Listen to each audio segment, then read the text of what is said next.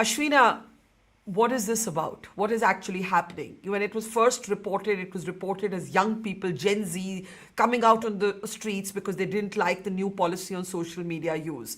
You are among those who actually use social media, Instagram, to message me and say this is not about social media, it's about corruption. Yeah. Tell me what's actually going on here. It had been going on since some time. Like I can say, if you've been reading news about Nepal, I'll always say that you've always heard about unstable politics. Like there's always an instability when it comes to politics. So that was there.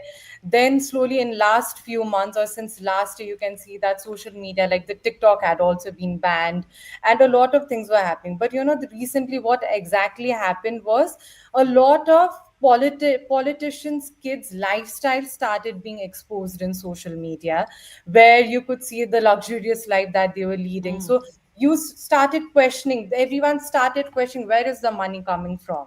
So when that thing started happening and people, the youth started questioning as to that it's the people's tax, right, that the government earns money from, but how are they able to afford all of those things? So that's when it started. And slowly when these things were coming up, the government start made this entire announcement that all the social media apps which has not been registered in Nepal will be banned. So it was like kind of like they were trying to shut the youth's voices. That's when this erupted, where the youth started taking the lead that no, this needs to change.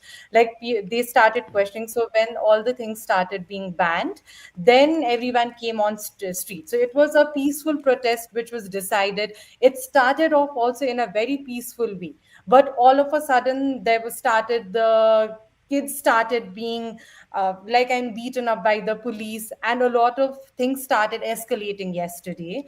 So that is what the entire thing was. It was tentatively, I could say, that they were trying to control people from like freedom of speech and expression. You say it started peacefully and there was a clampdown of the state and there was disproportionate force.